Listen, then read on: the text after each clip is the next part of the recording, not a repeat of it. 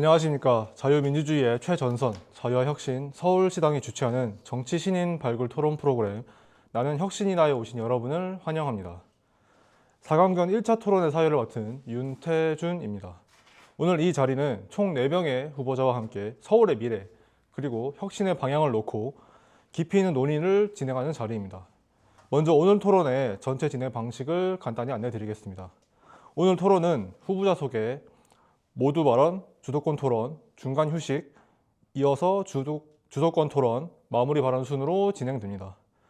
주도권 토론의 경우 주도권을 가진 후보자는 본인 의견 발표 3분 이내로 하셔야 되고 최소 2명 이상의 다른 후보에게 질문하셔야 합니다. 질문을 받은 후보는 최소 30초 이상의 답변 시간이 보장됩니다. 또한 토론이 과열되거나 발언이 길어질 경우 공정한 진행을 위해서 제가 적절히 정리하거나 끊을 수 있음을 미리 양해 부탁드립니다. 그럼 본격적으로 토론을 시작하겠습니다. 먼저 오늘 토론 참여하신 4명의 후보자 소개 시간을 갖겠습니다. 후보자분들께서는 각자 1분 이내로 이름과 간단한 자기소개 부탁드립니다. 먼저 저에게 제일 가까운 박철희 후보부터 시작하겠습니다. 안녕하십니까. 자유와혁신 서울시당 서초울 박철희입니다. 저는 사람에 대하여 관심이 많습니다. 사람이 얼마나 강인한 존재인지, 쉽게 상처를 받는 존재인지, 제가 그 상처를 받은 사람이 도울 수 있는지 고민하여 상담심리학, 임상신경심리학을 전공하였습니다. 정신과 연구원으로 근무하던 중에 기회가 되어 국가 부처 또는 국제기구가 개발도상국 및 최빈국을 원조하는 국제개발협력 ODA 사업을 기획평가하고 정책 및 전략 수립을 하는 정책연구원으로 활동하였습니다. 자유민주주의에 입각하여 사람을 더욱 사람답게 살게 하는 이타적인 삶이 제 존재 이유입니다. 나는 혁신이다. 8강전에서 응원과 격려의 말씀을 해주셔서 감사합니다. 토론에서 지적해 주신 바 보완하여 더욱 열심히 하도록 하겠습니다. 감사합니다. 안녕하십니까. 저는 자유와혁신 강남갑 후보자 김영진입니다. 저는 보육교사이자 평범한 청년으로서 아직까지 많이 부족하고 공부를 열심히 하고 있는 단계이기 때문에 예쁘게 봐주셨으면 감사하겠습니다. 감사합니다. 안녕하십니까. 마포 당협위원장 오종혁입니다. 저는 저번 토론에서 말씀드렸다시피 그 흐름대로 저는 이번에도 하나님을 주제로 논지를 전개해 보려고 합니다. 제가 이번 자리에 여기에 나오게 된 것도 하나님께서 제가 하나님의 말씀을 제대로 설파하시기를, 사용해 주시기를 그 인도하심, 그 쓰임으로 저는 믿고 있습니다. 잘 부탁드립니다. 감사합니다. 안녕하십니까. 이번 나는 혁신이다 4강에 올라오게 된 전원입니다. 저는 20년간 사업을 하고 두 아이의 엄마로서 이제 정치에 참여하고자 도전을 하게 되었습니다. 알고만 있는 것이 아니라 이제 실천을 통하여 나라에 대해서 문제점이라고 생각했던 부분들을 행동으로 옮기고 이제 그 대안을 찾아 여러분들과 함께 문제점들을 개선해 나아가보자 합니다. 함께 응원해 주시고 지지해 주시기를 바랍니다. 감사합니다. 네, 4명의 후보자 소개 시간이 끝났습니다. 이제 모두 발언 시작하겠습니다. 오늘 모두 발언의 공통 주제는 내가 만들고 싶은 서울은 무엇입니까? 입니다. 각 후보자께서는 2분 이내로 본인이 꿈꾸는 서울의 모습에 대해서 말씀해 주시기 바랍니다. 박철희 후보부터 시작하겠습니다. 한국전쟁 휴전 이후 박정희 대통령은 대한민국 수도 서울을 1960년대 도로교통계획, 1970년 지하철계획 등 치밀한 도시계획을 세워 서울을 둘러싸는 도로와 2호선 착공 등 유사시 수도 서울을 방어할 수 있는 요새화를 진행하였습니다. 그 결과 현재 공산주의 국가에 둘러싸인 대한민국의 수도 서울은 자유민주주의를 상징하는 굳건한 난공불락의 요새가 되었습니다. 이제 서울은 새로운 발돋움을 해야 합니다. 지구촌 40대 광역도시권인 메가시티 리전은 세계 경제활동의 66%, 신개발 혁신의 86%의 비율을 차지하고 있습니다. 즉, 국가의 성장을 선도하는 주체로 대도시에서 광역도시권으로 바뀌고 있다는 이야기입니다. 이에 서울시는 2014년 2030 서울도시계획을 발표 및 추진하였고 발전계획 막바지에 다다른 현 시점에도 보고서에서 언급한 경제성장의 둔화와 양극화 심화, 그리고 기후 변화의 극복, 시가지의 집단적 노후화 진행 등 문제를 여전히 해결하지 못하고 있습니다. 국토, 안보적 요새를 갖춘 서울이지만 경제, 인프라, 환경, 문화, 주거 등 도시가 갖춰야 할 모든 분야에서 혁신적인 정책을 통한 지속 가능성이 있는 발전이 필요한 시점입니다. 이에 저는 서울시의 발전 방향으로 서울시를 탄소 중립형 도시 발전, 지역 특성에 맞는 지속 가능성을 고려한 산업 특구 조성, 미래형 주거 발전 계획 등을 생각해 보았습니다. 메가시티 리전으로 주변 도시와 함께 발전하는 공생형 도시 발전을 제안해 보며 저는 시민 모두가 기회를 억압받지 않고 함께 성장할 수 있는 자유민주주의 요새 서울을 만들어가고자 합니다. 감사합니다. 내가 만들고 싶은 서울은 첫 번째로는 폭우 기준에 맞게 배수 인프라를 키우자입니다. 강남의 지형적 약점을 구조적으로 보완시켜서 배수 능력을 강화시키고 대심도 빗물 터널을 만들어야 된다고 생각합니다. 두 번째로는 외국인 주택 매입 전면을 허가시키고 외국인 부동산 투기를 막아서 허가제와 고율가세와 상호주의 세기를 결합해야 된다고 생각합니다. 외국인 대출 전면 금지를 시키고 공시와 투명성을 강화시켜야 된다고 생각합니다. 마지막으로는 천만 도시 서울을 만들자입니다. 청년들을 위해서 서울 저가형 아파트를 추진하거나 신혼부부와 직장이 서울인 시민들을 우선순위로 청년들이 나가지 않게 하는 정책이 중요하며 출산 장려금을 일시적으로 공공보육과 돌봄 대폭 확대가 되는 서울을 만들어야 된다고 생각합니다. 아이를 낳아도 서울에서 키울 수 있다는 확신이 필요하다고 생각하며 서울에서는 살아야 하지만 살 수가 없는 게 현실이기 때문에 살기 편한 도시보다는 버티는 도시 이미지가 강합니다. 그로 인해서 일시적인 현상이 아니라 이것은 장기 추세이기 때문에 청년들이 서울에서 살 수 있는 구조가 필요하다고 생각합니다. 이상입니다. 오종혁입니다. 제가 만들고 싶은 서울은 이 나라의 자유민주주의 이승만 정신, 즉 하나님의 공의가 바로 설 수 있는 서울입니다. 왜냐하면 이 자유민주주의라는 것은 신앙의 자유로서 하나님을 중심으로 해서 개개인이 하나님과 직접적으로 소통하고 생각하고 결정하고 행동함으로써 그 자유롭게 하나님을 중심으로 한 자유가 성립하기 때문에 자유가 성립하는 것이지, 하나님을 빼고 인간이 인간을 통제하고 인간이 기준을 만들고 인간이 통치하는 그 인본주의적인 통제로는 법치가 강화돼서 불법자들을 전부 처형하거나 아니면 반역자들을 전부 처형해버리는 북한이나 중국에서 볼 수 있는, 아니면 이란에서 하나님을 저 멀리 있다고 보기 때문에, 저번에 제가 토론에 말씀드렸다시피 하나님을 인간 세상에서 보지 못하기 때문에 인간 세상 인본주의로서 인간을 통제하고 그 법치로서 나라를 이끌어 가다 보면 그것은 자유민주주의가 될 수가 없습니다. 그렇기 때문에 하나님의 공의로서, 하나님을 보는 신앙의 자유로서 모두가 인간이 만든 법치가 없어도, 인간이 감시하고 통제하는 법이 없어도 모두가 하나님을 중심으로서 살아갈 수 있는, 모두 자유롭게 하나님을 중심으로 하나님이라는 상식과 도덕을 가지고 살아갈 수 있는 그 자유민주주의의 서울, 그리고 대한민국을 만드는데 제가 앞장서고자 합니다. 그렇기 때문에 그 자유민주주의, 대한민국의 건국 정신, 그 정체성과 안보를 이루는 그 이승만 정신과 기독교 정신을 만드는 그 자유민주주의, 하나님의 공의를 바로 세우는 서울을 만드는 게 제가 하고자 하는 일입니다. 이상입니다. 제가 만들고 싶은 서울은 자유와 혁신의 서울입니다. 단순히 살기 편한 도시가 아닙니다. 다시 도전할 수 있는 도시, 그리고 대한민국의 미래를 책임질 수 있는 수도입니다. 서울은 지금까지 복지, 안전, 돌봄을 중심으로 한 행정에서는 많은 진전을 이뤘으나 그 점은 분명 좋게 평가받아야 한다고 생각합니다. 그러나 동시에 서울은 집을 꿈꾸기 어려운 도시가 되었고, 청년이 실패를 감당할 수 없는 도시가 되었고, 기업이 규제부터 계산해야 되는 도시가 되었습니다. 이것은 개별 정책의 실패가 아니라 도시를 바라보는 철학적 문제라고도 생각합니다. 저는 서울이 행정이 관리하는 도시가 아니라 이제는 시민과 시장이 스스로 성장하고 행정의 질서와 신뢰를 책임지는 도시가 되어야 한다고 생각합니다. 제가 말하고자 하는 자유와 혁신의 서울은 무질서한 자유가 아닙니다. 책임 있는 자유, 그리고 예측이 가능한 혁신. 서울은 다시 일하는 사람이 존중받고 도전하는 사람이 낙오되지 않으며 정책이 정권이 바뀌어도 계속적으로 유지할 수 있는 성숙한 도시의 국가 모델이 되어야 된다고 생각합니다. 꿈이 현실이 되는 그런 도시를 만들고 싶습니다. 감사합니다. 네, 이제 모두 발언이 모두 끝났습니다.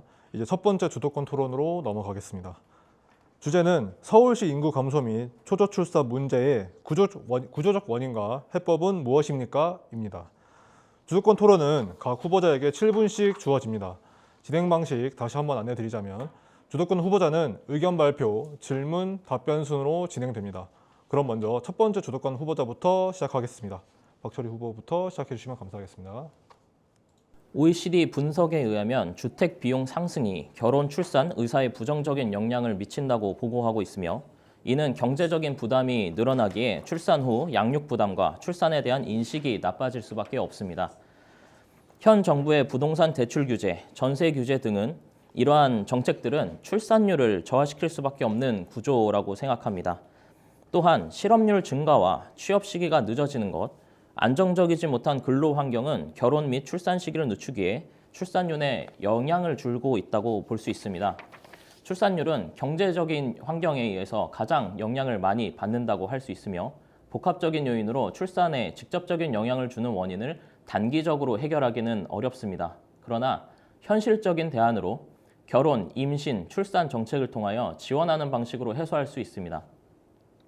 2020년부터 2025년 서울시 저출산 대응 예산은 평균 약 14조 원 내외로 알려져 있고 실질적으로 도움이 되는 혜택들이 많습니다만 많은 시민들은 정책 자체를 모르거나 신청 시기를 놓쳐서 혜택을 받지 못하는 일도 발생하고 있습니다.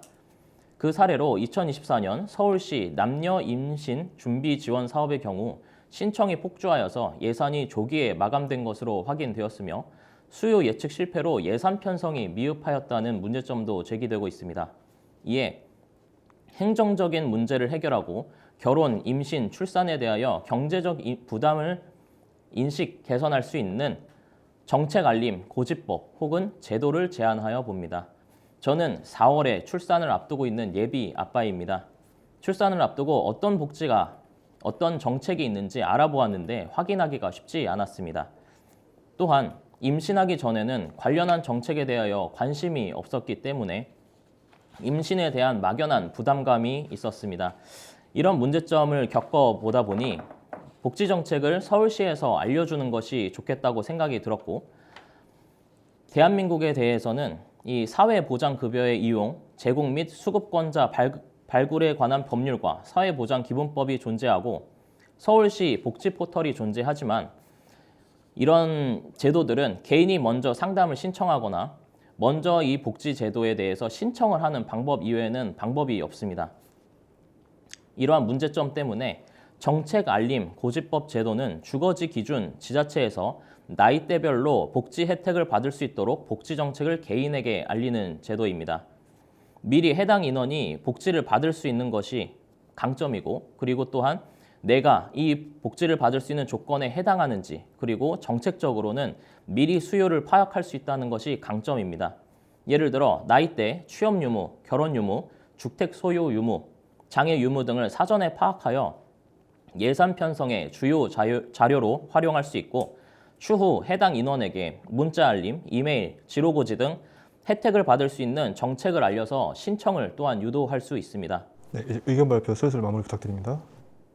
대표적으로 신혼부부 전세자금 지원 및 임대주택 정책, 임신지원 정책, 육아지원 정책 등을 생각해 볼 수 있으며 혜택을 확인한 예비 신혼부부에게 출산과 육아에 관한 경제적인 부담 인식을 크게 덜을 수 있다고 생각이 됩니다.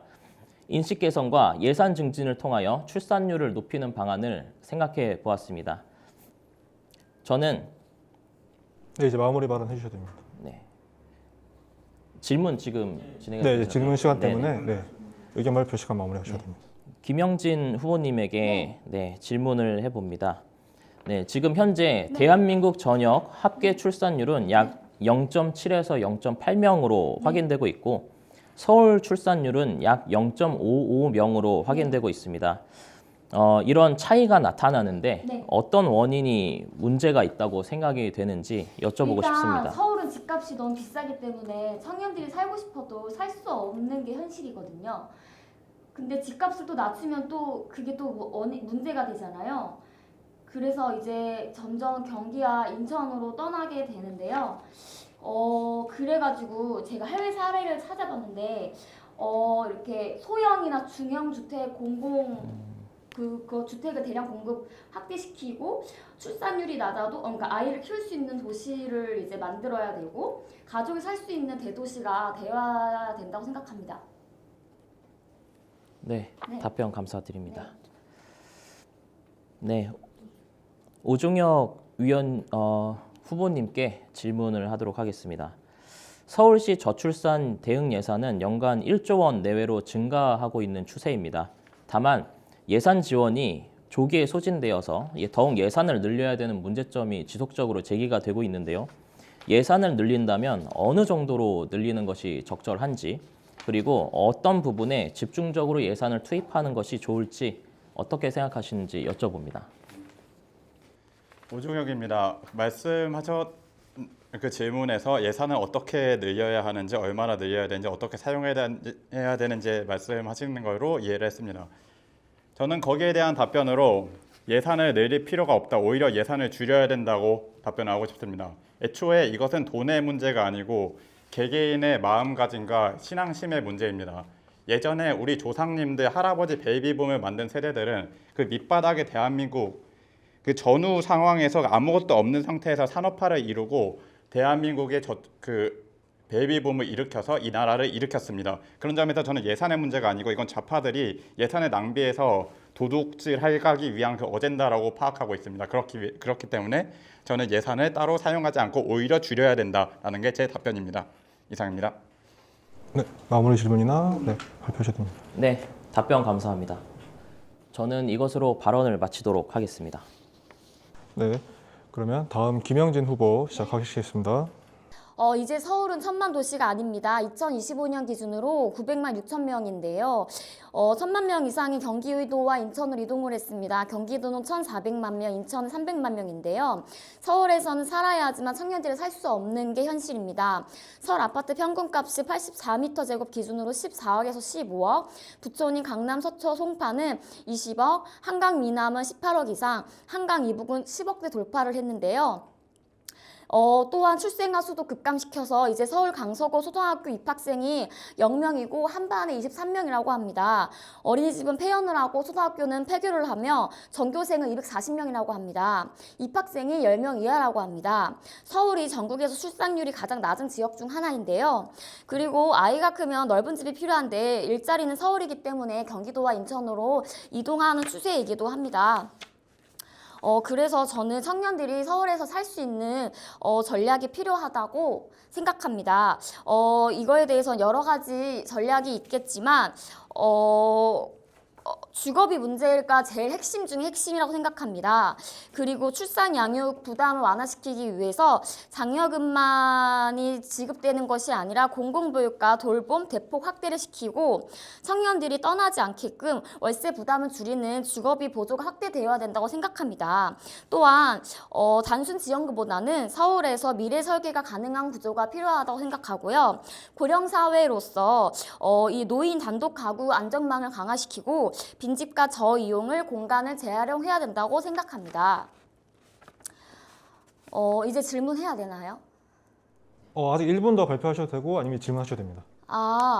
그럼 질문하겠습니다. 저는 전원 후보자에게 질문을 하고 싶은데요. 그러면 청년들을 붙잡기 위해서 전략은 어떤 것이 있어야 된다고 생각합니까? 청년을 붙잡기 위함이라는 건 지금 출산에 관련된 얘기를 하고 계시는데 지금 청년들의 출산율을 높이기 위한 방법을 말씀하시는 걸까요? 네, 청년들이 서울에 떠나지 않기 위한 전략에 대해서 묻고 싶습니다. 일단 기본적으로는 저는 일자리나 집값 그 자체만의 문제가 아니라 지금 노력을 해도 이 자체 미래가 나아질 것이라는 신뢰가 없음 자체가 문제라고 저는 생각합니다. 이제껏은 이제 보호할 수 있는 자체의 시장만 만드는 것이 아니라 청년들이 성장을 할 수 있는 서울, 그런 성장이 가능한 미래를 예측할 수 있는, 도전을 했을 때 미래가 예측이 어느 정도 가능할 수 있는 성장 기반의 울타리를 만드는 서울이 저는 필요하다고 생각하고요. 이전까지 서울에서 이제 복지와 2018년도부터 2026년도까지 39조 서울시의 예산을 보면 39조 원부터 35조 가량의 예산을 사용할 때에 36.5% 정도가 복지와 교육의 예산을 투입했습니다. 그럼에도 불구하고 청년들이 서울시 안에서도 일자리나 이런 주거 이런 것들의 불안감을 느낀다라는 것은 분명히 예산만 확대하고 무조건적으로 이런 복지 비율을 기본급이나 복지를 지급한다고 해서 해결이 될 문제가 아니라 이들이 성장하고 이들의 어떤 돌파구를 찾을 수 있도록 근본적 문제가 해결이 돼야 된다고 저는 생각을 합니다. 답변이 되었을지 모르겠습니다. 답변 감사합니다. 마지막으로 오정혁 후보자에게 묻겠습니다. 고령사회 문제가 크다고 생각하는데요. 이것에 대응한 전략은 무엇이 있다고 봅니까? 우리나라 고령 세대들이 지금 존중을 받지 못하고 있습니다. 그들이 이 대한민국 자유 대한민국을 일으킨 그 이승만 정신을 제대로 간직하고 있는 세대인데 그 밑에 586, 386, M86 세대들이 그들의 어젠다로 좌파 세력의 어젠다로서 위에 이승만 정신과 그 산업화 세대에 대한 존중과 존엄을 아예 말살시켜 버렸습니다. 그래서 그들이 제대로 존중을 받지 못하고 요양원에 가거나 폐지를 죽고 있는 매우 안타까운 현실인데 이 나라의 이승만 정신을 되찾고 애국 정신과 호국 정신으로 그들을 존중하고 명예를 되찾게 하는 게 저는 대한민국에 필요하다고 생각합니다. 그래서 우리들이 그들을 진정으로 존중할 수 있게 된다면 그들이 이 나라에서 당당하게 이 나라의 주인으로서 살아갈 수 있다고 저는 판단하고 있습니다. 이상 답변이었습니다. 답변 감사합니다. 마지막 발언을 하자면 서울 인구를 다시 첨단 도시를 만들고 적정 규모가 줄어도 살기 좋은 도시로 만들어야 된다고 생각합니다. 양적 성장이 아닌 삶의 질 중심의 서울이 되어야 된다고 생각합니다. 이상입니다. 네, 다음 오정혁 후보 주도 검토를 시작하시겠습니다. 오종혁입니다. 이번의 주제가 서울의 초저출산 문제에 대한 구조적인 문제와 그거에 대한 해결책을 모색하는 해결책을 제시하는 것입니다. 먼저 구조적 문제라고 하면은 여기 돈이 부족하다, 그리고 집이 없다, 그리고 사회가 구조가 안 좋다, 매우 불안정하다, 그리고 이 나라가 끔찍해서 자식을 낳고 싶지가 않다, 그리고 내 품성이 안 좋다, 내가 자식을 키울 만한 사람이 되지 못한다 등의 여러 가지 이유가 있습니다. 하지만 아까도 답변으로 말씀드렸다시피 우리 조상님들, 그 할아버지 세대들, 저희에겐 할아버지인데 이 방송을 보시는 분들은 아버지 세대일 수도 있고 어머니 세대일 수도 있고 그분 당사자분들일 수도 있습니다. 그 베이비붐을 낳은 세대들은 이 대한민국 경제적으로 밑바닥에 있는 그 대한민국에서 6.25 이후 그 전후 세대에서 이 황폐화된 대한민국을 오로지 이승만 정신으로 이 나라를 세우겠다, 이 나라를 발전시키겠다, 구해내겠다 하는 마음가짐 일념 하나만으로 그 이승만 정신, 기독교 정신, 하나님만을 보면서 자식들을 낳고 키웠습니다. 이 6명, 7명, 5명, 6명 우리 가족들, 친척분들을 보면 그런 가족들이 많을 겁니다. 그분들은 그런 상황에서도 아무것도 없는 상황에서도 키운 겁니다. 그렇기 때문에 이것은 물질이나 인본주의 사회의 그런 문제가 아니고 개개인의 정신, 신앙심의 문제입니다. 우리가 애국심을 잡고 제대로 기준을 잡고 살아가면 그게 되는 문제입니다. 거기에 대해서 찰리 커크도 대한민국에 와서 말했습니다. 저는 빌드 업 코리아에서 맨 앞자리에서 찰리 커크를 보면서 들었는데요. 찰리 커크는 이 나라 사람들에게 물질주의를 버리고 오로지 하나님만을 보고 살아가라고 했습니다. 자식을 여기 빌드 업 코리아에 모인 그 청년들에게 당장 이 자리 빌드 업 코리아에서 현장에서 짝을 찾아가지고 어린 나이에 결혼해서 자식을 최소한 미니멈 7명, 8명을 낳으라고 했습니다.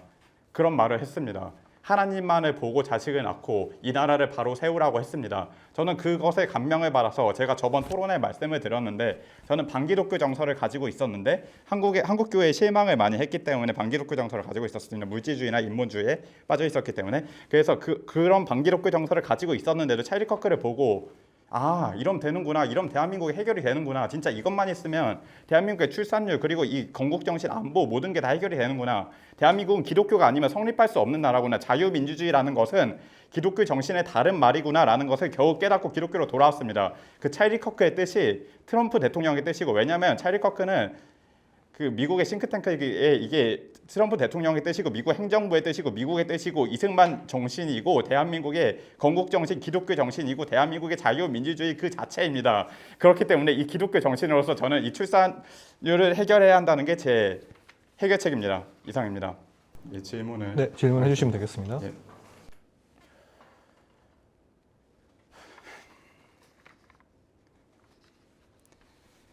박철희님에게 여쭤보고 싶습니다. 그 6.25 전후 세대가 그 분들은 지금 상황이랑 많이 다르지 않습니까? 그런데 그분은 베이비붐 세대를 일으키지 않았습니까? 그런데 지금 상황이랑은 많이 그래서 이게 지원이 필요하다 그런 어젠다로 그런 방식으로는 접근하면은 그분들이 출산을 하지 못하는 상황이었겠죠. 그런데 그분은 출산을 했습니다. 왜 그들이 출산을 했을까요? 왜 베이비붐 세대를 그걸 어떻게 일으켰겠습니까? 그거에 대한 질문을 한번 네. 정리하자면 네. 6.25 전후 세대의 베이비붐이 구조적 그런 환경이 받쳐주지 않음에도 어떻게 출산이라든지 이런 걸 이뤄낼 수 있었느냐로 정리하겠습니다. 네, 답변 드리도록 하겠습니다. 전 세계적으로 농지 산업에서 생산 산업으로 넘어갈 때, 그리고 산업에 대해서 전반적으로 변화가 일어날 때 이 출산율에 대한 문제점들이 각각 변화되는 시기가 있었습니다. OECD의 발표에 따르면 독일이나 일본 그리고 우리 대한민국에서도 공통적으로 지금 출산율 저하가 일어나고 있는데, 이러한 산업 변화의 구조에 의해서 우리 출산율이 저하된다고 저는 생각을 하고 있습니다. 지난 1970년대, 80년대에는 한 아이만 낳아서 잘 기르자라는 어떤 슬로건으로 인해서 많은 출산율에 대해서 이제 저조하게 출산율을 가져가자는 국가적인 정책이 있었는데요. 그때 당시에는 농지 산업에서 이제 생산에 대한 산업들이 구조가 전반적으로 인프라가 깔리기 시작한 시기입니다. 그렇기 때문에 앞으로 이 출산율에 대해서는 많은 것들이 복합적으로 이제 일어나는 시기가 다가오고 있다고 저는 생각을 하고 있고, 그리고 출산율이 지금 이 베이비붐 세대와 우리나라가 살고 있는 지금 현 시점과는 좀 많은 차이가 있다고 생각합니다. 그래서 복지적인 형태의 어떤 정책들이 지금은 필요한 시점이고, 또 자유민주주의에 입각한 복지 형태가 필요하다고 생각합니다. 그래서 기존에 마무리 있었던 발언 해주셔야 됩니다. 베이비붐 세대와 지금은 확연하게 차이가 있다. 그리고 우리가 인식 개선을 통해서 많은 것들을 또 변화시켜 가야 된다고 생각이 듭니다. 이상입니다. 다른 분에게 질문해 주시겠습니다. 다음 김영진 후보님에게 질문을 드리고 싶습니다. 저는 아까 박철희 후보님이 말씀하신 게 복지로 복지 정책을 강화해서 이거 출산율을 해결하겠다고 말씀하셨는데 지금 상황에서 복지에 많은 예산을 투자하고 그걸로 출산 문제를 해결하려고 하였음에도 오히려 출산율이 약화되는 모습을 보이고 있었습니다. 현재 대한민국의 상황이 그렇죠. 그래서 이 복지 정책이 진짜로 실효성이 있는 게 없지 않을까, 아니면은 여기에 대한 더 나은 방책이 있지 않을까에 대해서 여쭤보고 싶습니다. 네네. 지금 서울시가 정책을 많이 하고 있는데요.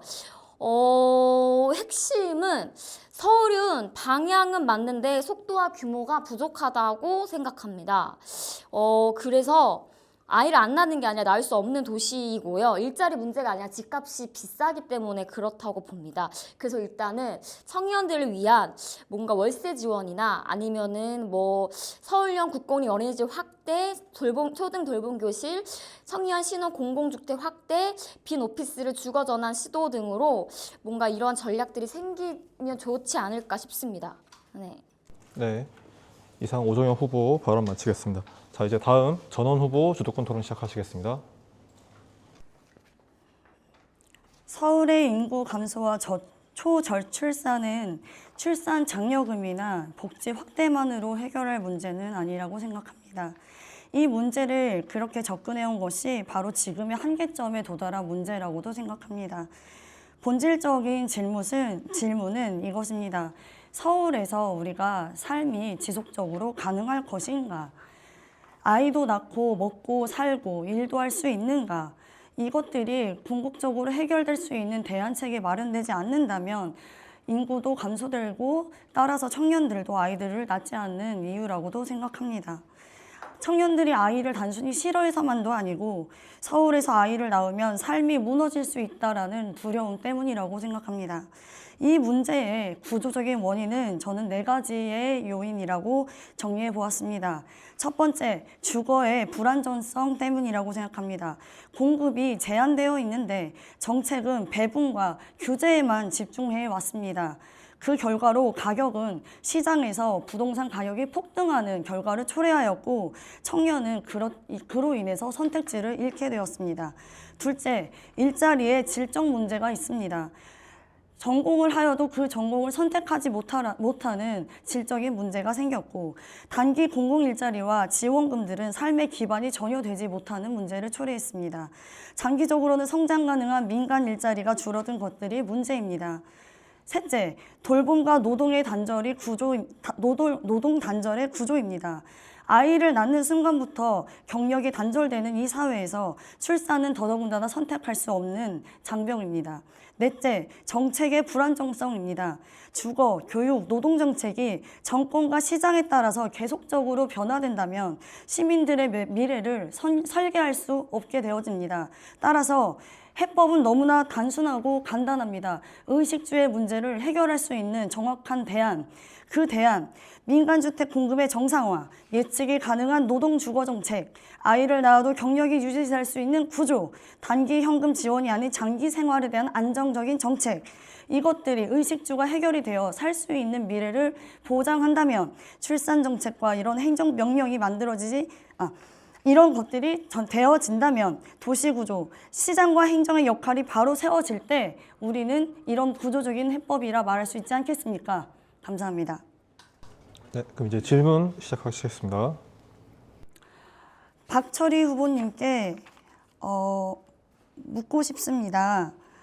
네, 아까 임신과 출산 지원금이 이제 14조의 예산 말씀하시면서 이제 이런 정부의 정책과 지원을 국민들이 알지 못해서 받지 못한다라는 이제 말씀도 하셨고요. 출산 장려금, 이제 저는 생각할 때 출산 장려금이나 복지 확대를 만든다고 해서 이 모든 것들이 해결된 문제가 저는 아니라고 생각합니다. 아까 언급했던 것처럼 서울에서 아이를 낳고 삶이 가능한가에 대한 근본적인 문제가 먼저 해결돼야 된다고 저는 생각하고 있는데요. 저는 이 문제에 대해서 구체적으로 제 의견에 대해서 어떻게 생각하시는지 한번 묻고 싶고요. 이제 박철희 후보님께서 말씀하셨던 지원 정책 외에도 다른 어떤 구체적인 방안과 대안을 제시하실 수 있는지 한번 구체적인 생각도 묻고 싶습니다. 네, 질문 감사합니다. 우선 말씀하셨던 이 4가지 문제점에 대해서 제가 생각하는 부분들 또 말씀드리도록 하겠습니다. 우선 이 질문해 주신 내용들은 서울에서 지속 가능성 있게 어떻게 출산을 하고 앞으로 거기서 갈 것인가에 대한 질문이라고 저는 이해를 했고요. 우선 일자리 질적 문제에 대해서 한 가지 구체적인 방안을 말씀드리도록 하겠습니다. 전공에 대해서 지금까지 이제 전공을 대학교에서 전공을 했지만 그 전공을 살려서 일자리에 참여하지 못한다는 그런 문제점을 제기해 주셨는데 이러한 문제점 해결로 저는 산학협력 연구자 취업 제안을 해봅니다. 산학협력은 일단 이 대학교에서 지금까지는 대학원, 그러니까 석사생들을 위주로 이런 연구자 형태로 이제 진행이 되었던 부분이 있고, 그리고 이후에 이런 산학협력을 했던 그 업체와 같이 이제 추후에 취업을 연계할 수 있는 어떤 프로그램이나 프로젝트들이 진행되고 있는 걸로 알고 있는데, 일단은 질적으로 이 어떤 목표점을 낮춰서 학부생들도 같이 이것에 참여를 할 수 있게끔 유도하는 것이 중요하다고 생각합니다. 네, 그래서 이 산학 협력에 대한 부분이 이루어진다면 전공을 살려서 앞으로 취업할 수 있는 그런 취업 시장이 더욱더 확대되고 커질 것이라고 예상하고요. 그리고 돌봄, 노동 단절에 대해서는 현재 정부가 4.5일제를 시행하고 있습니다. 네, 여기까지 진행하겠습니다. 네. 김영지 후보님께 질문하도록 하겠습니다. 제가 아까 말씀드렸던 네. 복지와 주거 정책에 대한 부분에 대해서 네. 김영지 후보님께서도 네. 이 지원금에 대한 정책을 네. 복지 정책을 아까 좀 주도적으로 말씀하셨는데요. 저는 기본적으로 네. 근본적으로 청년들의 어떤 이런 의식주 문제가 네. 근본적으로 되어지는 부분에 대해서 좀 중요하게 생각을 하고 있고요. 서울시나 국가의 정책적인 부분에서 우리가 저번에도 다뤘지만 포퓰리즘적 측면에서의 예산 지원보다는 조금 더 기반적 산업, 그 산업이 좀 더 정책적으로 마련이 돼야 된다고 저는 생각하고 있습니다. 그런데 아까 박철희 후보님이나 김영지 후보께서 조금 더 출산 지원금이나 정책적 측면에서의 중요성을 좀 더 갖고 계셨기 때문에 제가 지금 또 김영지 후보님께도 이 부분을 질문을 하게 됐습니다. 네네. 출산 지원 정책을 네. 또는 어떤 이런 청년들의 지원금 문제보다 좀 더 네네. 근본적인 원인을 해소하기 위한 대안을 혹시 갖고 계십니까? 맞습니다. 출산 장려금은 사실 일시적일 수가 있거든요. 그래서 생활 구조가 저는 더 중요하다고 생각하는데요. 도쿄나 뉴욕이나 파리 같은 해외 사례를 보면은 중산층 이탈을 막기 위해서 중산층 주택 혼합을 한다거나 가족이 살 수 있는 대도시로 보육 교육은 거의 국가가 책임하고 차 없이 시부분 도시를 만들고 도심 내 가족형 공공주택 전략이 있습니다. 그래서 저희도 직장 근처 거주를 만들거나 철도 중심 생활권 만들어야 된다고 생각합니다. 네, 감사합니다. 여기까지 하겠습니다. 이상 전원 후보자 시간까지 다 끝났고요. 남은 시간을 고려했을 때 혹시 앞에 분들의 발언을 듣고 혹시 김영진 후보 남은 시간 더 쓰실 생각 있으십니까? 다음부터 질문한다거나. 아니요, 괜찮습니다. 박철희 후보도 괜찮으십니까? 네, 괜찮습니다. 그럼 이상으로 주도권 토론 첫 번째 마치겠습니다. 네, 이제 두 번째 주도권 토론을 진행하겠습니다. 두 번째 주제는 서울시의 강남, 강북 격차 해소를 위한 도시 경제 주거 등 균형 발전 전략은 무엇입니까? 입니다. 진행 방식은 앞선 주도권 토론과 동일합니다. 그럼 전원 후보부터 시작하시겠습니다. 강남 지역 격차는 단순한 지역 간 소득 차이가 아닙니다. 서울 행정과 정책 선택이 만들어낸 구조적 결과라고 생각합니다. 우리는 그동안 강북을 지원해야 할 지역으로만 봐왔습니다. 그러나 지원만으로는 격차가 줄지 않습니다. 왜냐하면 사람과 자본은 지원이 아니라 기회가 있는 곳으로 이동하기 때문입니다. 강남은 왜 성장했습니까? 특혜 때문만이 아닙니다. 기업이 모여 있고 일자리가 그래서 있습니다. 자산들이 그리고 축적할 수 있는 구조가 만들어져 있기 때문입니다. 반면에 강북은 규제들이 많고 산업들이 적습니다. 주거 기능들만 남아 있습니다. 제가 제안하는 균형의 발전은 똑같이만 나누는 정책이 아닙니다. 각 지역이 스스로 성장할 수 있는 그러한 구조를 만드는 정책입니다. 구체적으로 강북을 주거 보조 지역이 아닌 산업, 기술, 교육 등의 거점으로의 전환, 교통망과 규제 개편을 통해서 민간 투자들을 유도할 수 있고 대학, 연구소, 기업들이 결합된 도심 혁신의 축이 될 수 있도록 방향의 확산이 필요하다고 생각합니다. 균형은 배분만의 문제가 아니라 기회의 분산에서 나옵니다. 서울은 한쪽만 성장하는 도시가 아니라 여러 중심이 같이 성장할 수 있는 도시가 만들어져야 한다고 생각합니다. 감사합니다. 네, 그럼 질문 시작하시겠습니다.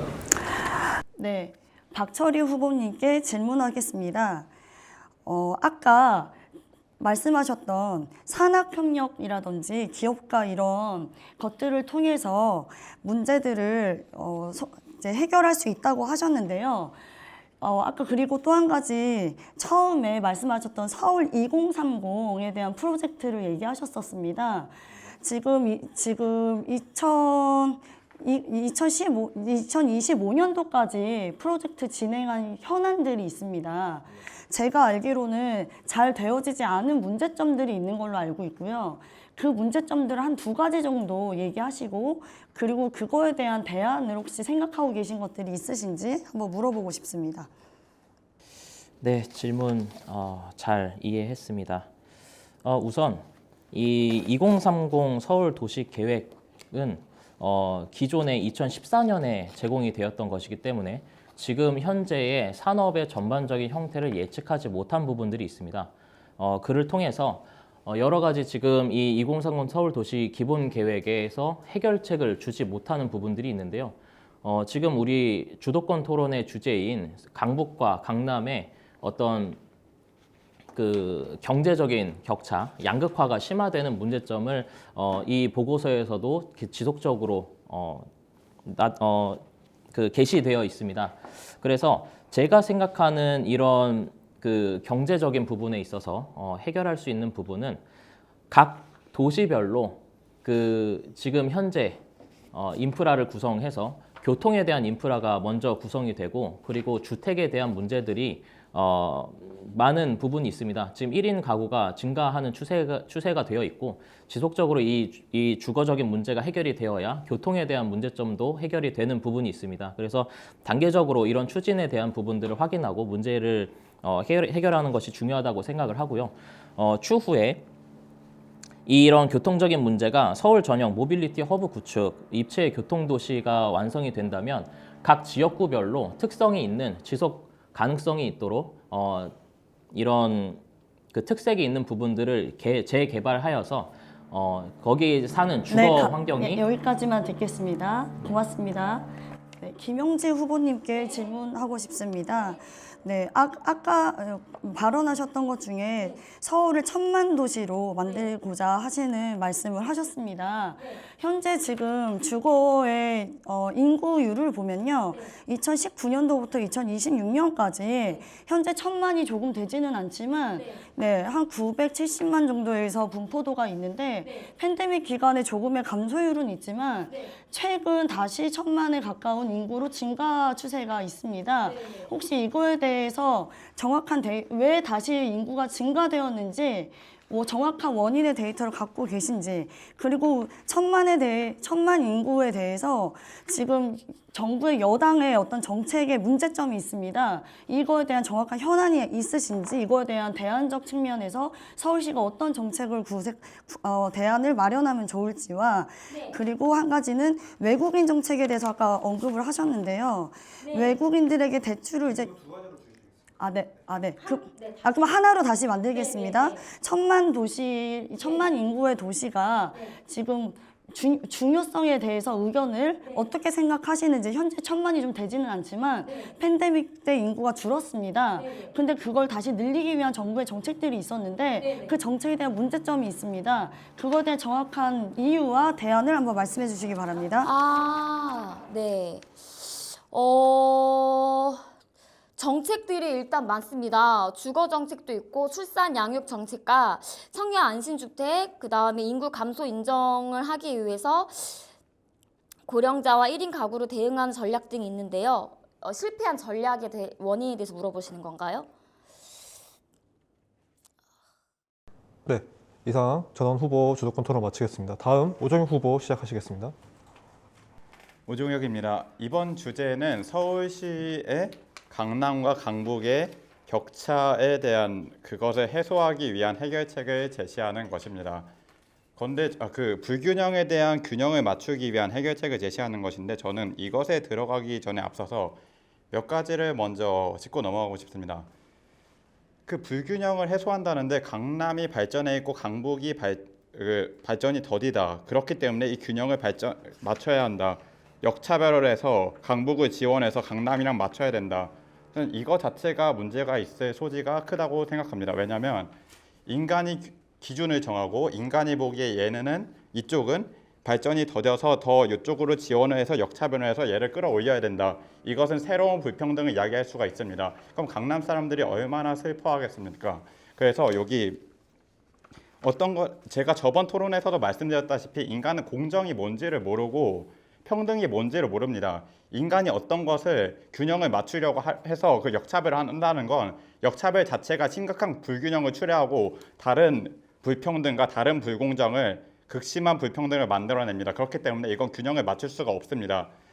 여기에 대해서 저는 해결책으로 그렇다면 차라리 이것을 불평등을 공정함으로 만드는 그런 방향성이 아니고 낙후된 지역에 지원하면 해서 투자해서 발전시키는 게 이미 발전된 지역에 투자해서 발전시키는 것보다 효율이 좋다, 가성비가 좋다. 왜냐하면 이미 발전된 지역을 발전시키는 것은 돈이 많이 드는데 발전이 더딘 지역은 조금만 투자해도 더 많은 성과를 얻을 수 있다. 그런 점에서 접근해서 낙후된 지역에 지원을 한다. 그런데 강북에 낙후된 지역이 더 많다. 그래서 강북에 투자한다고 하면 저는 납득이 됩니다. 그래서 그 방향으로 접근하면 또 그렇게 해서 또 진행하라고 하면 또 문제가 있습니다. 먼저 짚고 나가야 될 게 중요한 문제가 있습니다. 왜냐하면 거기서 이 아무리 좋은 해결책을 제시한다고 해도 이 썩은 판에다가 썩은 물을 들이부으면 그게 썩어 나갈 뿐입니다. 그 썩은 판이라고 말씀드리는 것은 여기 서울이 중국이라던가 글로벌리즘이라던가 이슬람 세력의 자본으로 그들 반자유적인 반국가 세력의 그들 자본으로 만들어진 이 서울의 투자 자본으로 모여진 서울이 그렇게 만들어진 부분에 대해서 여기다가 더 투자를 한다면 그들이 더 성장을 해가지고 대한민국을 망치는데 앞장설 뿐입니다. 그래서 이 썩은 물과 이 썩은 판을 먼저 화교 자본이나 이 화장주라고 불리는 중국 세력들을 먼저 쫓아내버리고 이걸 척결 제거해버리고 그리고 깨끗한 물을 부어야 됩니다. 이 깨끗한 물이라는 것도 중국 물이 되지 않은 그 글로벌리즘에 되지 않는 그 애국 투자 자본 그리고 자유진영에서의 자본을 부어서 만들어야 한다고 생각합니다. 이 근본적인 토지 가장 중요한 게 성립이 된다면 다른 문제들은 저는 비교적 낙관적으로 해결된다고 생각합니다. 그래서 낙후된 지역의 균형 잡기, 가성비 좋게 투자를 한다. 저는 해결책을 이렇게 제시하고 먼저 근본적으로 이 토대부터 제대로 잡아야 한다고 생각합니다. 그게 제가 그 서울시의 균형 잡힌 발전을 위한 해결책입니다. 이상입니다. 질문 시작해 주세요. 예. 그 전원님에게 여쭤보고 싶습니다. 지금 강북에 대한 투자를 늘리기 위해서 여기에 대한 중국으로서의 그 더러운 자본이 아니고 애국 자본이 그 강북에 더 투자하기 위해서 유치하기 위한 방법이 뭐가 있을까 거기에 대해서 여쭤보고 싶습니다. 강북에 더 투자를 유치하기 위한 방법. 강남에 외국 자본이 집중되어 있는데 이로서 그러니까 격차가 나고 있고 이를 해소할 균형 발전 전략이 있는지로 질문 수정하겠습니다. 네. 아까 제가 강북에 대한 어떤 전반적인 제가 말씀드렸던 이제 대안과 좀 맥락은 구조인 건 비슷합니다. 강북은 그 구조적으로 이제 대학가가 좀 많이 있잖아요. 대학, 연구소, 기업들이 좀 결합한 구조적으로 도심 혁신 등이 가능한 산업을 좀 구축하는 것들이 일단 구조적으로 필요하고요. 그리고 실질적으로 지금 최근의 이슈 중에 한 가지가 무엇이었냐면 용산에 정부에서 용산 국제 업무지구로 이제 지정된 곳이 있었는데 그곳을 이제 지금 현 정부에서 주택 1만 채를 그곳에 땅에다가 공급을 하겠다라고 해가지고 그곳을 이제 민간의 거기가 국제 업무지구를 거기다가 주택을 공급하는 곳으로 해서 아파트를 짓겠다고 하였습니다. 지금 강북이 문제가 뭐냐면 실질적으로 주거지의 어떤 보조적 수단의 역할을 강북이 지금 계속 해왔고 산업이 발달해야 됨에도 불구하고 산업이 있어야 기업이 살고 기업체를 통해서 민간 기업체가 투자를 받고 그곳에 일자리가 창출이 되면서 건강한 이제 경제가 흘러가는 구조가 생산이 되는 구조가 되어져야 강북도 건강하게 자립적 도시로서의 성장이 일어날 수가 있는데 그것 자체가 지금 정부가 지금 용산 국제 업무 지구라고 해가지고도 발전을 했던 현 서울에서 지정된 그 국제 업무 지구를 거기를 지금 주택 가구로 하겠다고 이번 주에 지금 발표를 했어요. 예를 들어 이런 문제들 시간상 발표 여기까지 하겠습니다. 네. 다른 분에게 질문해 주시겠습니다. 네, 김영진 후보에게 여쭤보고 싶습니다. 강북을 더 많이 지원하게 되면 강남 사람들이 많이 실망을 하고 역차별이라고 느낄 수 있습니다. 거기에 대해서 어떤 해결책이 좋겠습니까? 일단은 강북은 못 키운 게 아니라 잘못 키우려다가 실패한 거기 때문에요. 이 교육과 일자리, 교통 패키지 3개를 강북에다가 동시에 심는 것이 중요하다고 생각합니다. 그리고 이 도시 이미지 자체가 있는데요. 강남은 성공, 강북은 낙후라는 이미지가 있어서 이 이미지를 바꾸고 바꿔야 된다고 생각하고요. 이거 핑퐁해도 되죠? 바꿔야 된다고 생각하고요. 직장 학 좀 한 번 더 하셔도 됩니다. 네. 30초 지나셔가지고. 네, 말하면 안 돼요? 아, 네. 네, 직장, 학교, 주거를 동시에 못 만든 게 문제이기 때문에 돈의 문제가 아니라 구조 설계 실패라고 생각합니다. 그럼 강남 사람들이 슬퍼할 거 아닙니까? 강남에 지원 안 하고 강북에만 지원하기 때문에 그거에 대해서 여쭤봤습니다. 실패할 것 같지는 않은 게, 왜냐면 이게 현실적으로 100% 완전 해소하는 거는 불가능하거든요. 그래서 같게 만드는 게 아니라 덜 차이나게 만드는 게 중요하다고 생각합니다. 네, 그럼 이상 오정혁 후보 주도권 토론 마치겠습니다. 자, 다음은 김영진 후보 시작하시겠습니다. 일단은 교육, 일자리, 교통 3가지의 패키지를 강북에 심는 게 중요하다고 생각합니다. 첫 번째로는 강북의 강남급 일자리를 만들고, 두 번째로는 교육 격차를 완화시키자. 이것이 제일 핵심이고요. 그 다음에 교통을 강남으로 가는 길이 아닌 강북 안에서 해결하자. 그 다음에 네 번째는 강북과 강남의 이미지 자체를 바꾸자가 저는 중요하다고 생각합니다. 하지만 이것이 현실적인 한계도 있기 때문에 현실적인 한계를 인정하고 덜 차이나게 만들어야 된다고 생각합니다. 그래서 그러기 때문에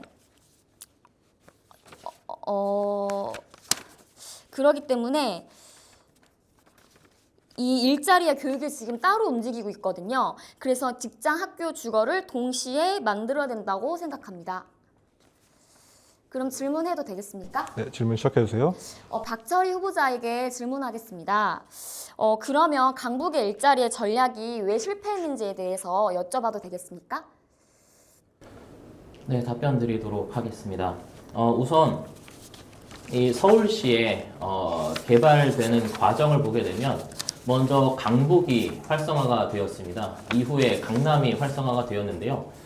이러한 1970년대 강남을 개발하고자 하는 강남 개발 붐이 일어났을 때 여러 가지 산업적인 형태의 혁명들이 일어나기 시작했습니다. 그래서 그것을 따라가지 못하는 강북의 문제점이 있었는데요. 대다수가 강남에 이런 산업들이 유치가 되기 시작하면서 강북은 저절로 사람들이 주거하는 그런 형태의 변화를 이뤄가고 있습니다. 그러한 증거로 강북에 있는 그 인구의 연령들을 보게 되면 초고령화 사회가 이미 진입하고 있고 그리고 이러한 고령화 사회로 인해서 여러 가지 산업들이 발전하지 못하는 문제점들이 또한 발생하고 있습니다. 그래서 여러 가지 이런 연령대에 맞는 산업들이 이 강북에서 지속적으로 발전해야 된다고 저는 생각을 하고 있고요. 그리고 강남에서 발생하는 이런 새로운 시대를 맞이하는 것이 강남의 역시 트렌드가 되어가고 있는 현실입니다. 그래서 강남과 강북의 격차 해소를 위해서 경제적인 부분 그리고 지원적인 부분들을 다르게 설정해서 각각 정책을 반영해야 된다고 생각을 합니다. 답변 감사합니다. 그러면은 오정혁 후보자에게 질문하겠습니다. 서울, 강남, 강북 격차 원인 중 하나가 교육이 있는데요. 강북이 교육에 실패한 이유에 대해서 어떻게 생각하십니까? 강북의 교육이 실패한 이유는 대한민국의 공교육 자체가 좌파 사상에 많이 물들어 있습니다. 이게 대한민국뿐만의 문제가 아니고 세계적인 문제인데요. 그런데 강남에는 그래도 사교육을 통해서 더 교육을 더 시키려는 그런 의지가 있고 그런 자본이 있죠. 그런데 강북은 그게 없기 때문에 공교육만으로 오염됐기 때문에 이것에 대한 극복이 제대로 되지 않았다. 이건 글로벌 어젠다의 문제로서 좌파 세력이 교육계를 장악했기 때문에 벌어지는 문제라고 저는 대답을 하겠습니다. 이상입니다. 네, 감사합니다. 이상입니다. 네, 원하시면 시간 이대로 마무리하겠습니다. 네, 그럼 다음 박철희 후보 주도권 토론 시작해 주십시오. 네, 주도권 토론의 질문에서 격차 해소라는 단어가 어떤 의미인지 생각해 보게 되었습니다. 자유민주주의에서 자유를 보장하는 것은 균등 발전이 아니라 각 지역에 맞게 특색 있는 기회를 제공하는 것이 진정한 균형 발전을 이룩하는 것이 아닐까 생각해 봅니다. 우선 현재 추진되고 있는 서울시의 발전 계획을 먼저 살펴보았습니다. 2030 서울 도시 계획에 따르면 서울 시민이 직접 선정한 서울의 핵심 이슈별 계획은 총 5가지입니다. 첫 번째, 차별 없이 더불어 사는 사람 중심 도시. 두 번째, 일자리와 활력이 넘치는 글로벌 상생 도시. 세 번째, 역사가 살아 숨쉬는 즐거운 도시. 네 번째, 생명이 살아 숨쉬는 안심 도시. 다섯 번째, 주거가 안정되고 이동이 편한 주민 공동체 도시입니다. 위 핵심 이슈가 모두 질문에 부합한다고 생각을 합니다. 그러나 현재 해결되지 않고 있는 주요 내용인 경제 성장 양극화 그리고 주거 개선을 전원 후보의 질문에 추가 답변을 포함해서 설명해 보도록 하겠습니다. 먼저 2040 서울 도시 기본 계획에 따르면 서울시 2025년 1인에서 2인 가구 수는 전체 가구 비율의 63%에 달합니다. 이는 주거지 분포가 산발적으로 늘어나기에 서울시의 주거 공간 확보를 해야 하는 2차적인 문제가 생길 수밖에 없습니다. 이 현상에 따라서 교통 및 인프라 확충이 시급해질 수밖에 없는데요. 안타깝게도 이재명 정부에 의하여 서울시 부동산 대책의 결과로 주거에 대한 허들이 높아진 상태입니다. 이에 무조건 집이 여러 채 있는 사람의 집을 팔라고 하는 것이 아니라 청년이 성장할 수 있도록 전세 사다리 정책 마련이 시급하다고 생각되며 각 지역에 맞는 주거 정책 발굴이 되어야 합니다. 예를 들어서 강북 지역의 도봉, 노원 등은 노후 주택이 다수 있기 때문에 재개발, 재건축, 내부 리모델링 정책이 다양화되고 기준이 완화되어야 한다고 생각이 듭니다. 강남의 경우 전세 자금 지원, 시장 안정화, 고령화, 다운사이징 주거 유도 정책이 필요합니다. 주거 환경에 맞게 교통도 변화되어야 합니다. 저는 교통과 함께 산업특구를 조성, 유치 방안하는 것을 제안해 봅니다. 서울 전역의 모빌리티 허브 구축 계획에 맞게 지역 산업 특구 조성 및 인프라를 확충하는 방안을 제시합니다. 지역은 총 12개로 강북 6개, 강남 6개입니다. 첫 번째, 창동, 그린 문화, 스포츠, 실버케어, 바이오 서비스 특구. 두 번째, 상봉, 광역물류, 라스트마일, 순환경제, 리유즈 특구. 세 번째, 청량리, 의료, 헬스케어, 스마트시티, 리빙랩 특구. 네 번째, DMC, AI, 미디어 콘텐츠, 기후테크, 데이터 특구. 다섯 번째, 서울역, 국제비즈관광, 그린 마이스 특구. 여섯 번째, 여의도, 그린금융, 탄소시장, 공공정책, 규제혁신 특구. 일곱 번째, 김포공항, 도심항공, 공항연계물류, 항공 MRO, 친환경 연료 특구. 여덟 번째, 사당, 광역통근 환승 최적화, 생활형 스타트업 특구. 아홉 번째, 삼성, 글로벌 마이스, 딥테크, 반도체 AI 비즈니스 특구. 열 번째, 양재, R&D 혁신, AI, 로봇, 모빌리티, 소프트웨어, 기후테크 특구. 수서, 광역철도 기반 비즈니스, 스마트 물류, 데이터 특구. 12번째, 네, 이제 마무리해 주셔야 됩니다. 복정, 바이오 메디컬, 청년주거, 연계 혁신 특구입니다. 각 지역구에 맞는 지속가능성 특구 산업 전략을 제공해 보았습니다. 이를 통해 각 지역에 맞는 특색 있는 성장 기회를 제공할 것이라고 예상해 봅니다. 네, 다음은 질문입니다. 저는 김영진 후보에게 질문을 해보도록 하겠습니다. 서울의 균형 발전을 위해 후보자님이 계시는 지역에 산업특구를 조성한다면 어떤 것을 생각할 수 있을지 여쭈어봅니다. 강남에요? 네. 강남이 아니고 강북을 발전시켜야 된다고 생각합니다. 서울의 균형 있는 발전은 강남도 마찬가지 발전을 계속해서 이룩해야 된다고 생각하는 것이 저의 주장입니다.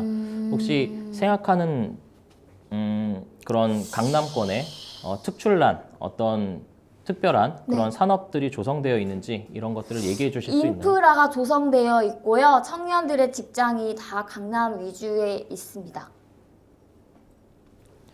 근데 저는 지금 강북 문제를 더 위주로 준비를 많이 해가지고요. 네, 그럼 답변 여기까지 알겠습니다. 하고 네, 답변 감사합니다. 네. 네, 두 번째 질문은 전원 후보님께 드려보도록 하겠습니다. 2025년 12월 2일 뉴스에 서울시 쓰레기 매립을 인천에서 더 이상 진행하지 못한다는 상황에 상황을 이제 발표하였는데요. 메가시티 이전으로 공생관계를 이어가야 하는 상황이 불가피해졌습니다. 그래서 후보자님께서는 이러한 쓰레기 매립에 대한 문제에 대해서 어떻게 생각하시는지, 그리고 해결 방안은 어떤 것을 생각하고 계시는지 여쭈어봅니다. 네, 굉장히 중요하지만 어려운 질문을 저에게 주셨습니다. 지금 쓰레기 매립 양은 지금 전 세계적으로도 이 쓰레기를 어떻게 처리해야 되는지의 난국이 어렵잖아요. 님비주의가 팽배한 이 현실 속에서 각 그 도시의 자신들의 그 지역 타운 안에다가 쓰레기 매립지를 설치하는 것들을 다 반대하고 있는 상황이기 때문에 최대한 쓰레기가 나오지 않을 수 있도록 그 리사이클을 최대한 할 수 있는 제도를 마련하는 것이 가장 급선무라고 저는 생각하고 있습니다. 그리고 어느 곳에 한쪽에다가 매립을 하는 방식보다는 모든 그 지역마다 그것을 설치할 수 있는, 지금 리사이클 기계만 해도 이제 어떤 그 지역마다 재활용 기계들을 설치해서 거기에 그 지역마다 공공기관에 설치를 해서 재생산할 수 있는 방식을 하는 것처럼 쓰레기 또한도 각 지역마다 최소한의 매립지를 선택해서 그 지역에서 나오는 쓰레기를 그 지역에서 매립하여서 할 수 있는 소각장을 설치하는 방식이 각 지역마다 다 불만을 해소할 수 있다고 저는 생각하고요. 한 지역이 국가에서 나오는 모든 쓰레기를 전부 다 그걸 해소한다라는 것은 어떻게 보면 그 국가 자체의 짐을 한 지역이 다 해소해야 된다는 건 어떻게 보면 좀 부당하지 않았을까라는 생각을 저는 개인적으로 해봅니다. 네, 답변 감사합니다. 전원 후보자님께서 답변하셨던 내용으로 지속 가능성이 높은 그런 정책들이 필요하다. 그리고 각 지역구별로 이런 쓰레기 매립에 쓰레기를 처리할 수 있는 정책들이 필요하다. 이렇게 답변을 이해하였습니다. 감사합니다. 네. 이상 이제 토론을 마무리할 시간입니다. 각 후보자께서는 1분 이내로 자유롭게 오늘 토론을 정리하는 마무리 발언 주시기 바랍니다. 전원 후보부터 시작하시겠습니다. 어떤 정책이 잘했다 잘못했다라고 지적하고 비판하기 위해 저희가 이 자리에 나왔다고는 생각하지는 않습니다. 이전에 서울 비전 2030은 증상 완화형 정책적으로는 효과가 있었다고 생각합니다. 그러나 현재 서울의 근본적인 문제들은 주거 불안의 문제, 청년의 기회의 상실의 문제, 재정 지속 가능성의 문제, 도시 경쟁력 약화의 문제, 이런 구조적으로 해결하는 문제들이 있었다고는 판단합니다. 서울은 다시 자유롭게 도전할 수 있는 그런 도시가 되어야 한다고 생각합니다. 행정의 모든 것을 결정하는 도시가 아니라 시민과 시장이 역동적으로 움직이고 국가가 질서를 세우고 책임을 질 수 있는 그런 도시. 저는 자유와 혁신의 도시, 자유와 혁신의 서울, 자율시장 경제체제 위에서 작동하는 강한 수도의 역할을 하는 미래 세대에게 부채가 아닌 기회를 남겨줄 수 있는 그런 서울을 만들고 싶습니다.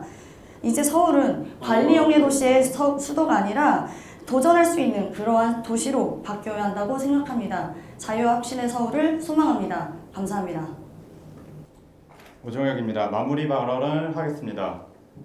저는 대한민국은 이 나라는 밑바닥 전쟁의 폐허에서 시작한 나라입니다. 지금 우리나라가 이 선진국이라고 하는 이 풍요로운 이 나라에서 복지를 하고 어떤 환경이 좋다, 좋지 않다 그렇게 이런저런 핑계를 대는데 우리는 그 밑바닥에서도 이승만 정신만으로 이 산업화를 구축하고 이승만 정신, 박정희 정신 그 자유와 혁신으로 산업화를 구축하고 이 대한민국이라는 자유민주주의 국가를 건설했습니다. 그렇기 때문에 다른 정책이나 제도 그리고 시스템 복지 같은 것은 그것이 부족하다, 물질이 부족하다, 뭐 인간이 부족하다, 사회에 문제가 있다 이런 거는 핑계에 불과합니다. 개개인이 제대로 하나님을 보고 이 나라 대한민국의 정체성을 살려서 자유민주주의 국가로서 이 자유와 혁신으로서 살아가고자 한다면 그 정신만 있다면 할 수 있습니다. 애초에 대한민국은 그렇게 성립된 나라고 그런 기적으로 만들어진 나라가 미국에서 이 이승만 정신으로 메가더 장군이 이교도 제국을 쳐부수고 만들어낸 이 대한민국입니다. 이상입니다. 안녕하십니까, 김영진입니다.